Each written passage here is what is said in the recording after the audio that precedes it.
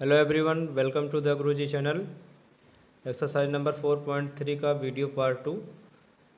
इसके पहले पार्ट में हमने क्वेश्चन नंबर 1 के पार्ट 1 को बताया। उसमें हमें क्या ज्ञात करना है। यदि निम्नलिखित द्विघात समीकरण के मूलों का अस्तित्व हो तो इन्हें पूर्ण वर्ग बनाने की विधि द्वारा ज्ञात कीजिए, जिसको हमने यहाँ पर पूर्ण वर्ग बनाने की विधि में बताया। पूर्ण वर्ग बनाने के लिए हमने पहले वीडियो में बनाया या बताया कि सबसे पहले हमें क्या करना पड़ता है। या तो किसी भी क्वेश्चन को a प्लस बी के होल स्क्वायर के रूप में देखिए या a माइनस बी के होल स्क्वायर के रूप में देखिए। जैसे कि हम जानते हैं कि a प्लस बी का होल स्क्वायर होगा a square plus 2ab plus B square, या a माइनस बी का होल स्क्वायर होगा a square minus 2ab plus B square. इसका सिंपल सा ट्रिक ये है कि a स्क्वायर माइनस 2ab बनाइए, सिर्फ और सिर्फ इतना। पूर्ण वर्ग बनाने के लिए क्या है, a स्क्वायर माइनस 2ab बनाइए, जो भी मिल जाए उसका वर्ग जोड़ दीजिए, उसका वर्ग घटा दीजिए। इसका बहुत ही साधारण नियम है। एक दो क्वेश्चन और लगाएंगे तो एकदम से पता चल जाएगा। सबसे पहले आइए क्वेश्चन नंबर 1 का पार्ट 2 लगाने का प्रयास करते हैं। हमने कहा था कि लगाने का प्रयास कीजिए, आशा करते हैं कि आप लोगों ने प्रयास किया होगा। सबसे पहले यहाँ पर लिखेंगे 2x square plus x minus 4 is equal to 0। क्या करना है, हमें मूलों का अस्तित्व अगर हो तो इनके पूर्ण वर्ग बनाने की विधि द्वारा इसका मान ज्ञात करना है। तो आइए शुरू करते हैं पूर्ण वर्ग बनाने की विधि। पूर्ण वर्ग बनाने के लिए सबसे पहले हमें पहचान करना पड़ता है कि प्लस 2ab मिलेगा कि माइनस 2ab। तो प्लस 2ab या माइनस 2ab निर्धारित करता है x का गुणांक। अगर x प्लस में है तो प्लस 2ab बनाएगा, अगर x माइनस में है, x स्क्वायर नहीं केवल x का गुणांक, अगर x माइनस में है तो माइनस 2ab बनाएगा। तो अगर प्लस 2ab बना रहा है तो a प्लस बी का होल स्क्वायर हमारा टारगेट है बनाना। अगर माइनस 2ab मिलता है तो इसका मतलब है कि a माइनस बी का होल स्क्वायर बनाया जाए। तो हमारा टारगेट फिक्स हो गया कि हमें a प्लस बी के होल स्क्वायर के रूप में इसका पूर्ण वर्ग बनाना है। कैसे फिक्स हुआ टारगेट, क्योंकि x का गुणांक है धनात्मक। अगर x का गुणांक धनात्मक मिल जाए तो हमें a प्लस बी का होल स्क्वायर बनाना है। पूर्ण वर्ग बनाने का नियम होता है, सबसे पहले x स्क्वायर के गुणांक को देखा जाए। अगर उसका स्क्वायर हो सकता है तो उसको वहीं पर रखा जाए, नहीं तो x स्क्वायर में जितना गुणांक लगा रहा है उसी से भाग कर दिया जाए। तो यहाँ पर x स्क्वायर का गुणांक 2 है, तो यहाँ पर लिखेंगे 2 से दोनों पक्षों में भाग करने पर, तो दोनों पक्षों में 2 से कर देते हैं भाग। तो ये 2x स्क्वायर है तो अपान 2 हो जाएगा, प्लस x है तो अपान 2 हो जाएगा, माइनस 4 है तो अपान 2 हो जाएगा, 0 है तो अपान 2। क्या करें, सबका अपान 2 कर दिए, इसका मतलब 2 से हो गया भाग। ये 2 से ये 2 कैंसिल आउट हो जाएगा, तो यहाँ पर आएगा x स्क्वायर प्लस x अपान 2। तो यहाँ पर लिखेंगे x अपान 2। इसके बाद माइनस 2 से 2 2 जब 4, यानी यहाँ पर आएगा माइनस 2।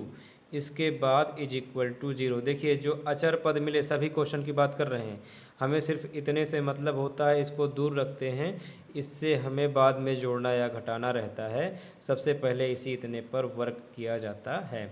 देखिए हमारा उद्देश्य है a स्क्वायर प्लस 2ab का पता लगाना, और जो b आ जाए पढ़ने में उसका वर्ग जोड़ना और उसका वर्ग घटाना।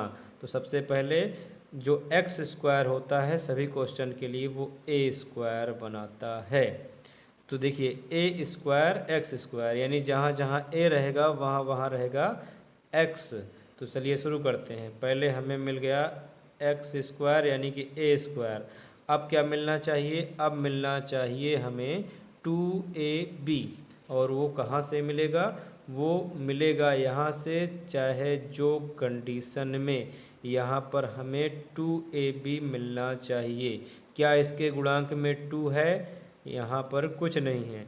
तो जिसके गुणांक में 2 नहीं मिलता है उसमें हम 2 से मल्टीप्लाई और 2 से करते हैं डिवाइड, 2 से गुणा और 2 से भाग। क्यों? क्योंकि x का गुणांक में 2 नहीं है। अब इसके बाद यहाँ पर देखेंगे, यहाँ पर x लिखेंगे, अगर x यहाँ से हटा दें तो यहाँ पर ये बन जाएगा 1/2। क्लियर? देखिए x का गुणांक पहले चेक करना है कि 2 है कि नहीं है, नहीं है तो 2 से गुणा और 2 से भाग कराइए, उसके बाद गुणे x लिखिए, फिर x हट गया तो 1/2 बचा है, और यहाँ पर -2 = 0। सिर्फ इतनी में से ही हमको 2ab का रूप देना पड़ता है। यहीं से पहचान होती है कि b का मान कितना है, और जो भी b का मान निकलता है उसका वर्ग करके जोड़ते हैं और उसका वर्ग करके घटा देते हैं। देखिए एक्स स्क्वायर का मतलब है ए स्क्वायर, यानी जहाँ जहाँ ए रहे वहाँ कितना रहे, एक्स रहे।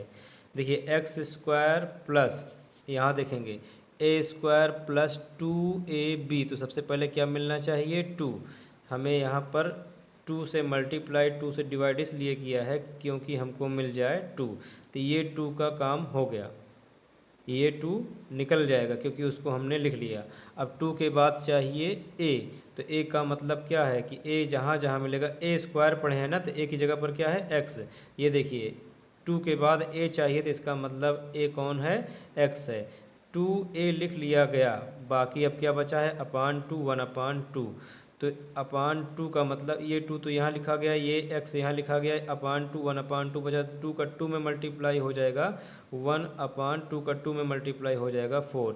अब ध्यान से देखेंगे, ये है ए स्क्वायर, जहाँ जहाँ ए रहेगा वो है x, तो ये है ए स्क्वायर प्लस 2 इंटू ए इंटू बी। 2a मिल जाए, उसके बाद जो कुछ भी बचेगा वो b होगा। 2a अपने आप से बनाएंगे, पहले 2 लिख लेंगे फिर a लिख लेंगे, जो बचेगा वो b होगा। तो बचा क्या है, /2, बचा क्या है, 1/2, तो 2 का 2 में मल्टीप्लाई हो गया 4। अब 2ab, हमने कहा कि a स्क्वायर जब 2ab मिल जाए तो जितना b मिले, जितना b मिले 2ab, b यही पढ़ने में आ रहा है, जितना b मिले उसका वर्ग करके जोड़ दिया जाता है और उसका वर्ग करके घटा दिया जाता है। ध्यान से, a स्क्वायर प्लस 2ab, जो b पढ़ने में आता है, b क्या है 1/4, उसका वर्ग करके प्लस कर दो, उसका वर्ग करके माइनस कर दो, लास्ट में बचा है इतना -2 = 0। अब अगर ध्यान से देखें तो ये है a स्क्वायर प्लस ये है 2, ये है a और इसको माना गया है b, जहाँ जहाँ 1/4 है वो हो जाएगा b, तो ये प्लस ये पड़ेगा b और ये पड़ेगा स्क्वायर। तो हमें ज़रूरत थी किसकी, a square plus 2ab plus b square. a square plus 2ab plus b square बराबर होता है a प्लस b का whole square. a square plus 2ab plus b square, a square plus 2ab plus b square हमने इतना पढ़ लिया है, और इतने की जगह पर सूत्र क्या रखा जाएगा, a प्लस बी का होल स्क्वायर।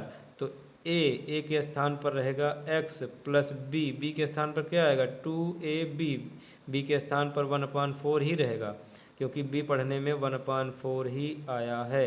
तो a प्लस बी का होल स्क्वायर, a के स्थान पर आया x प्लस b के स्थान पर 1/4 होल स्क्वायर, इतने कंप्लीट हो गया। माइनस 1 का स्क्वायर 1, 4 का स्क्वायर 16, और यहाँ पर -2 अपान कर लेंगे 1, कुछ अपान नहीं है तो करना पड़ेगा, 1 = 0। अब इसको सॉल्व करेंगे और देखेंगे कि कितना आंसर आता है। सबसे पहले यहाँ पर ध्यान देंगे, यहाँ पर बचा है x प्लस 1/4 का होल स्क्वायर। अब देखिए माइनस है, -1 का 1 में गुणा -1, और इसके बाद ऐसा करते हैं माइनस कॉमन कर लेते हैं, माइनस माइनस दोनों में है ना, तो माइनस कॉमन कर लें, तो माइनस कॉमन करने पर क्या होता है, जो माइनस में होता है वो प्लस में हो जाता है। तो ये 1/16 यहाँ पर माइनस है तो ये हो जाएगा प्लस, अपान कर लेंगे 1 = 0। माइनस कॉमन करे हैं सिर्फ बस, 1/16 माइनस में है प्लस में हो गया 2 हो गया, x प्लस 1/4 का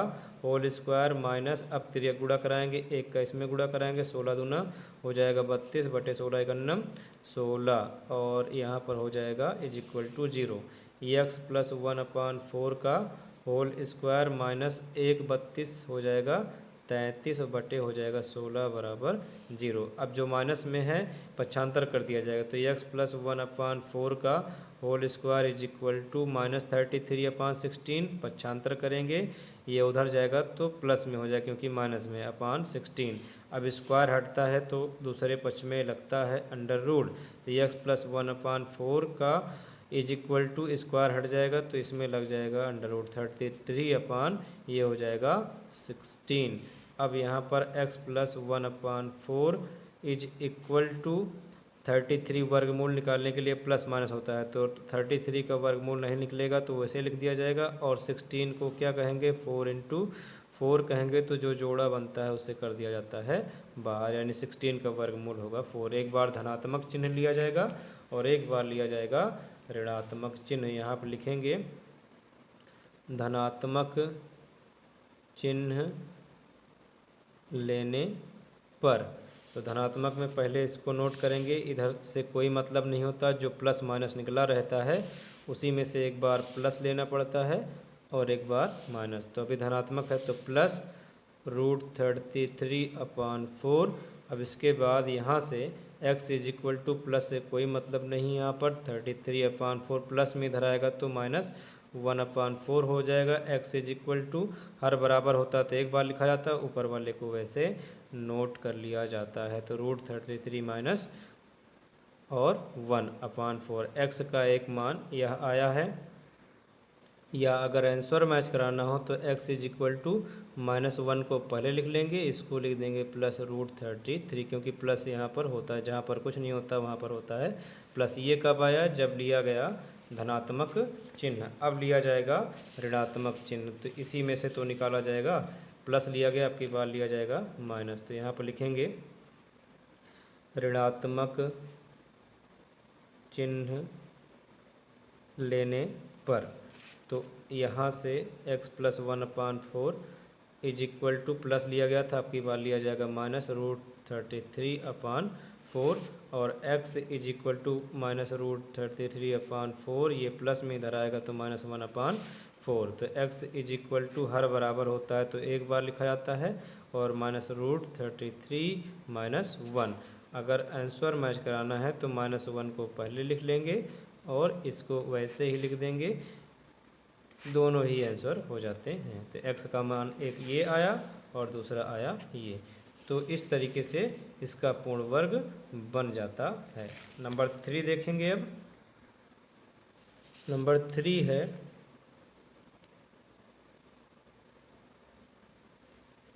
4x² plus 4√3x plus 3 is equal to 0। अब इसे हमें पूर्ण वर्ग बनाने की विधि द्वारा मूल ज्ञात करना है इसका। तो सबसे पहले x का गुणांक देखेंगे, धनात्मक है कि ऋणात्मक। धनात्मक है तो हमारा टारगेट हो गया फिक्स, हमें a प्लस बी का होल स्क्वायर बनाना है, जो कि होता है a² plus 2ab plus b²। तो a हमेशा x होगा। उसके बाद 2ab, अगर 2 हमें गुणांक में नहीं मिलता तो 2 से मल्टीप्लाई, 2 से डिवाइड करके 2 निकाल लेते हैं, a x ही होगा चाहे जहाँ पर रहेगा आगे या पीछे। उसके बाद जो बचेगा वही b होता है, जो भी मिलता है पढ़ने में उसका वर्ग जोड़ा जाता है और उसका वर्ग घटाया जाता है। सबसे पहले x² का गुणांक है 4।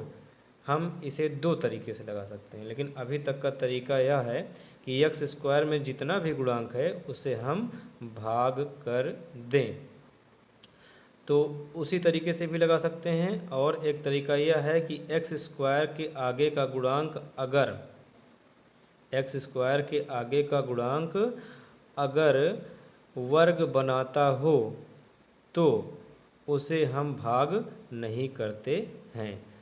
हमारे कहने का मतलब है x² का गुणांक है 4 और 4 को लिखा जाता है 2 का स्क्वायर, यानी इसका वर्ग बन सकता है। तो जिसका वर्ग बन सकता है उसको हम x² के गुणांक में रहने देते हैं, और जिसका वर्ग नहीं बनता है, जितना रहता है उसको पहले दोनों सवालों की तरह हम भाग कर लेते हैं, क्योंकि 2 किसी का वर्ग नहीं बनेगा, रूट में बनेगा, √2 का वर्ग बनता है 2। 4 का आसानी से बन जाएगा। तो 4 को हम लिख सकते हैं 2 का स्क्वायर x का स्क्वायर लिख सकते हैं ना। इसके बाद यहाँ पर इसे लिख सकते हैं 4 को 2 इंटू 2√3। अगर 2 से 2 में मल्टीप्लाई कराएं तो 2 इंटू 2√3 का मतलब क्या होगा, इसका मतलब होगा, या इस तरीके से लिखिए 4 को हम मल्टीप्लाई करें 2 इंटू √3। 4 को 2 इंटू 2√3 वैसे लिख दिए, और इंटू यहाँ पर x और +3 से कोई मतलब नहीं होता, ज़्यादा मतलब होता है a स्क्वायर अच्छे से बन जाए और 2ab पढ़ने में आ जाए। तो जो भी पढ़ने में आ जाए उसका वर्ग जोड़ दिया जाए और उसका वर्ग घटा दिया जाए। यही है पूर्ण वर्ग बनाने का तरीका।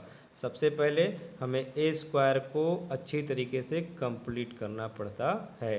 तो a स्क्वायर अभी कंप्लीट नहीं है, देखिए दोनों में घात है 2, तो इसका मतलब है कि घात को कॉमन कर लिया जाए, तो ये बन जाएगा 2x स्क्वायर को कॉमन कर लिया गया। अब थोड़ा ध्यान देंगे, ये कैसे दिख रहा है, ये दिख रहा है a के स्क्वायर के रूप में, यानी इसको क्या बोला जाएगा, ये a है और ये क्या है स्क्वायर, a का स्क्वायर, यानी जहाँ जहाँ a रहेगा अब की बार वहाँ पर रहेगा 2x। तो देखिए a स्क्वायर के बाद चाहिए 2ab, तो प्लस ये देखिए 2 मिल गया, 2 हो गया।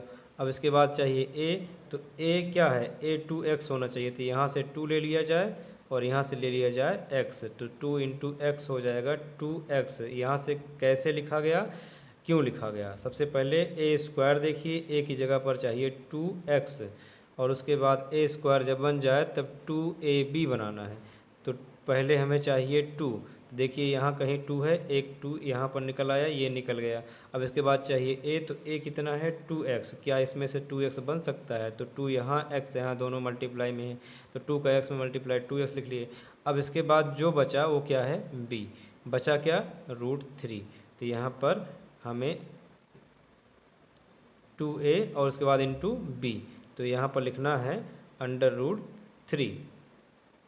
तो देखिए पढ़ेंगे a स्क्वायर, a की जगह पर 2x रखा गया है, तो जहाँ जहाँ a रहेगा वो 2 ही रहेगा, 2x ही रहेगा, तो a स्क्वायर प्लस 2a और b, जो b पढ़ने में आता है, b क्या पढ़ने में आया √3, उसका वर्ग करके जोड़ दिया जाता है और उसका वर्ग करके घटा दिया जाता है।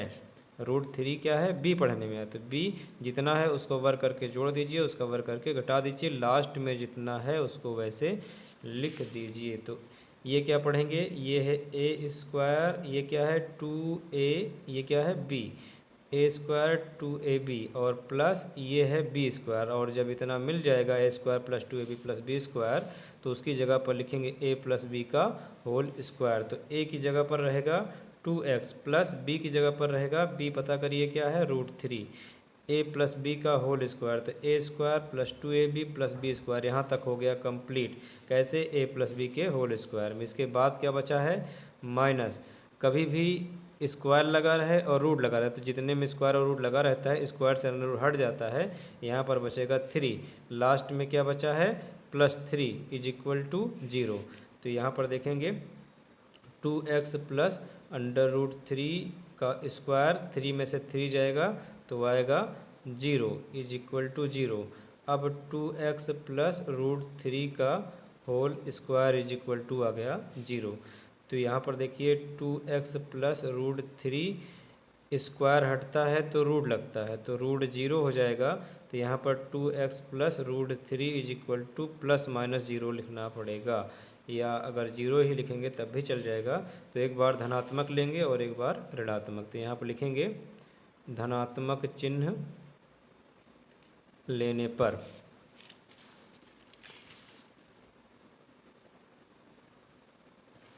धनात्मक में +0 लिया जाए, 2x प्लस √3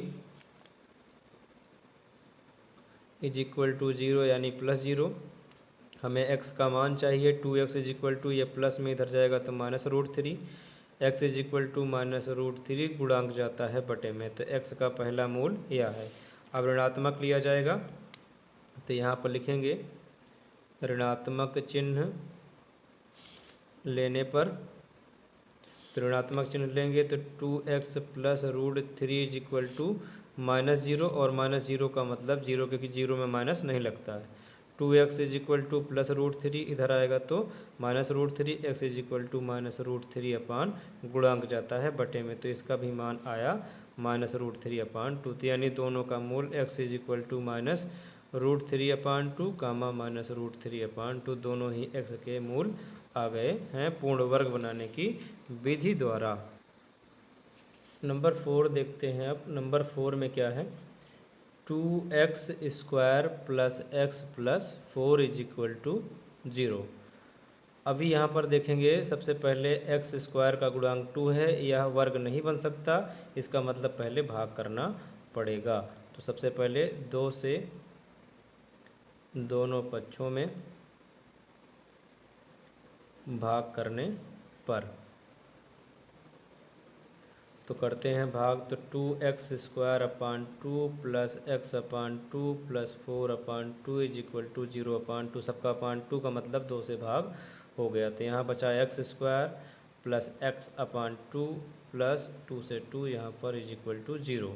अब क्या करेंगे, सबसे पहले यहाँ पर x का गुणांक प्लस है, इसका मतलब a प्लस बी का होल स्क्वायर बनाना है। तो ये हो गया ए स्क्वायर। अब यहाँ पर हमें गुणांक कुछ नहीं मिल रहा, तो 2 से गुणा कराएंगे, 2 से भाग कराएंगे, उसके बाद यहाँ पर एक्स अपान टू अभी लिख लेते हैं और 2ab के रूप में लाने का प्रयास करते हैं। क्या चाहिए, सबसे पहले चाहिए ए स्क्वायर, फिर चाहिए 2ab, फिर चाहिए बी स्क्वायर। देखते हैं, सबसे पहले ए स्क्वायर यानी जहाँ जहाँ ए मिलेगा वहाँ रखा रहेगा एक्स, उसके बाद प्लस टू, तो टू यहाँ से ले लेंगे, उसके बाद चाहिए ए, तो ए क्या होता है, हमेशा एक्स होता है, उसके बाद जो बचता है वो होता है बी। तो बी में ये निकल गया, ये निकल गया, बचा 2 इंटू टू, वो भी बटे में, तो 2 इंटू टू हो जाता है बटे 4, तो बटे 4 नहीं लिखा जाता है 1 अपान 4। अब इसके बाद 2ab, जो बी मिलता है उसका वर्ग जोड़ दिया जाता है और उसका वर्ग घटा दिया जाता है, लास्ट में जो बचता है उसको लिख लिया जाता है इज इक्वल टू 0। और a square plus 2ab plus B square, a square plus 2ab plus B square बराबर होता है a प्लस बी का होल स्क्वायर। तो a के स्थान पर रखा जाएगा x, प्लस b के स्थान पर रखा जाएगा 1 अपान 4 का होल स्क्वायर, माइनस 1 का स्क्वायर 1, 4 का स्क्वायर 16, और प्लस 2 अपान कर देंगे 1 is equal to 0। x plus 1 upon 4 का होल स्क्वायर, माइनस कामन करने पर जो प्लस में होता है वो माइनस में हो जाता है, जो प्लस में है तो क्या हो जाएगा माइनस, जो माइनस में होता है वो प्लस में हो जाता है। अब इसके बाद इसके आगे पहले इसको लिख लेते हैं, x प्लस 1 अपान 4 का होल स्क्वायर, माइनस लगाएंगे, इसके बाद एक का एक में गुणा हो जाएगा 1, माइनस 16 का 2 में गुणा हो जाएगा 32, और बटे 16 का 1 में गुणा हो जाएगा 16, और बराबर 0। और अब यहाँ पर x प्लस 1 अपान 4 का होल स्क्वायर माइनस, और उसके बाद 1 में से 32 जाएगा तो minus 31 upon 16 is equal to 0। x plus 1 upon 4 का होल स्क्वायर, ये minus plus 31 upon 16 is equal to 0। x plus 1 upon 4 का होल स्क्वायर प्लस 31 इधर आएगा तो माइनस 31 अपान 16, तो x प्लस 1 अपान 4 का होल स्क्वायर, स्क्वायर हटता है तो रूट लग जाता है माइनस 31 अपान 16। और माइनस जब कभी भी लगा रहे रूट के अंदर तो उसका अस्तित्व नहीं होता है, तो ये इसका वर्गमूल नहीं निकल सकता। रूट 31 लिख सकते हैं लेकिन माइनस रूट 31 नहीं लिख सकते हैं, तो यहाँ पर लिखेंगे यह ऋणात्मक वर्गमूल में है, अतः इसका अस्तित्व नहीं है। क्वेश्चन नंबर 2 में देखते हैं क्या कहा जा रहा है। उपर्युक्त प्रश्न 1 यानी इन सभी को 1 से लेकर के 4 तक में दिए गए द्विघात समीकरणों के मूल द्विघाती सूत्र का उपयोग करके ज्ञात कीजिए। किसका प्रयोग करना है, द्विघाती सूत्र का उपयोग। तो द्विघाती सूत्र क्या होता है सबसे पहले यह जानना पड़ेगा। द्विघाती सूत्र। द्विघाती सूत्र होता है x is equal to minus B plus minus under root B square minus 4ac upon 2a। इसे कहते हैं द्विघाती सूत्र। अब इसके भी दो मान हमें निकालने पड़ते हैं। एक बार धनात्मक चिन्ह लिया जाता है, जैसे यहाँ पर देखिए प्लस माइनस लिखा हुआ है, तो एक बार सभी को प्लस में लेकर के लिखना पड़ता है, एक बार सभी को माइनस में लेके लिखना पड़ता है। यह होता है द्विघाती सूत्र। अब इसी सूत्र का प्रयोग करके हमें सभी मान उपर्युक्त प्रश्न एक फिर से लेना पड़ेगा। क्वेश्चन नंबर 2 लगाने के लिए क्वेश्चन नंबर 2 का 1 लगाएंगे, तो अब ये 2 के 1 में आ जाएगा। प्रश्न 1 में सभी को द्विघात समीकरण के रूप में लिखना है। आंसर वही रहेगा, सिर्फ द्विघाती सूत्र यानी इसका प्रयोग करके आंसर लाना पड़ेगा। तो पहले हम देखते हैं कि कैसे लगाया जाएगा। तो यहाँ पर लिखेंगे 2x square minus 7x plus 3 minus 7x plus 3 is equal to 0। अब इसे हमें लगाना है द्विघाती सूत्र के लिए। तो सबसे पहले क्या करना पड़ेगा, यहाँ पर देखें द्विघाती सूत्र में क्या कह रहे हैं, minus B plus minus under root B square minus 4ac upon 2a। यहाँ पर देख रहे हैं कुल मिला के बी ए सी यानी ए बी सी का मान निकालना पड़ेगा। और द्विघात समीकरण का व्यापक रूप जो होता है उससे हम इसकी तुलना करके ए बी सी का मान आसानी से निकाल सकते हैं। की तुलना a x square plus b x plus c is equal to 0 से करने पर, जिससे आप बहुत पहले इसकी तुलना अच्छे से कर चुके हैं। एक्स स्क्वायर का गुणांक ए, तो एक्स स्क्वायर गुणांक यहाँ पर 2, एक्स का गुणांक यहाँ पर बी, एक्स का गुणांक यहाँ पर -7, यहाँ पर है अचर पद c, यहाँ पर है इज इक्वल टू 3। सबसे पहले बी स्क्वायर माइनस 4ac निकाला जाता है। देखिए द्विघाती सूत्र के बारे में और भी जानकारी प्राप्त करनी है आगे क्वेश्चन में, नहीं यहाँ पर नहीं, यहीं पर ही पता कर लेते हैं। यहाँ पर बी स्क्वायर माइनस 4ac का मान निकाला जाता है अगर यह धनात्मक होता है। धनात्मक, इसको शायद पहले वीडियो में बनाए भी थे। धनात्मक होता है तो ग्रेड 0 बोला जाता है। अगर बी स्क्वायर माइनस 4ac का मान 0 आता है तो इज इक्वल टू 0 लिखा जाता है। अगर बी स्क्वायर माइनस 4ac का मान इज लेस 0 आता है यानी कि ऋणात्मक आता है, तो अगर ऋणात्मक आता है तो उसका अस्तित्व नहीं होता, और अगर धनात्मक या इज इक्वल टू 0 आता है तो उसका अस्तित्व होता है। तो इसमें पहले भी कहा गया था इसका अस्तित्व हो तो ज्ञात कीजिए।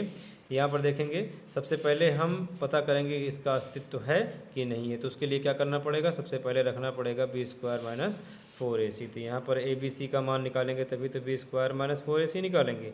B square minus 4ac is equal to, सबसे पहले b है तो b इज इक्वल टू -7 है, b का स्क्वायर है तो b का कर देंगे स्क्वायर माइनस 4, फिर है ac, तो a का मान है 2 और c का मान है 3।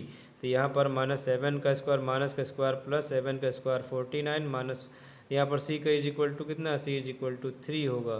तो यहाँ पर 4 से 2 में मल्टीप्लाई 8, 8 से 3 में 24। अब इसको देखा जाए तो 49 में से 24 माइनस करेंगे, 9 में से 4 जाएगा 5 आएगा, 4 में से 2 जाएगा 2 आएगा, जो कि धनात्मक है। धनात्मक होता है तो लिखना पड़ता है ग्रेड 0। ग्रेड 0 का मतलब क्या होता है, धनात्मक, और धनात्मक होता है तो इसका अस्तित्व है। तो यहाँ पर लिखेंगे अतः इसका अस्तित्व है। अब इसके बाद हम द्विघाती सूत्र का उपयोग करके मान निकाल लेंगे। यहाँ पे लिखते हैं द्विघाती सूत्र से।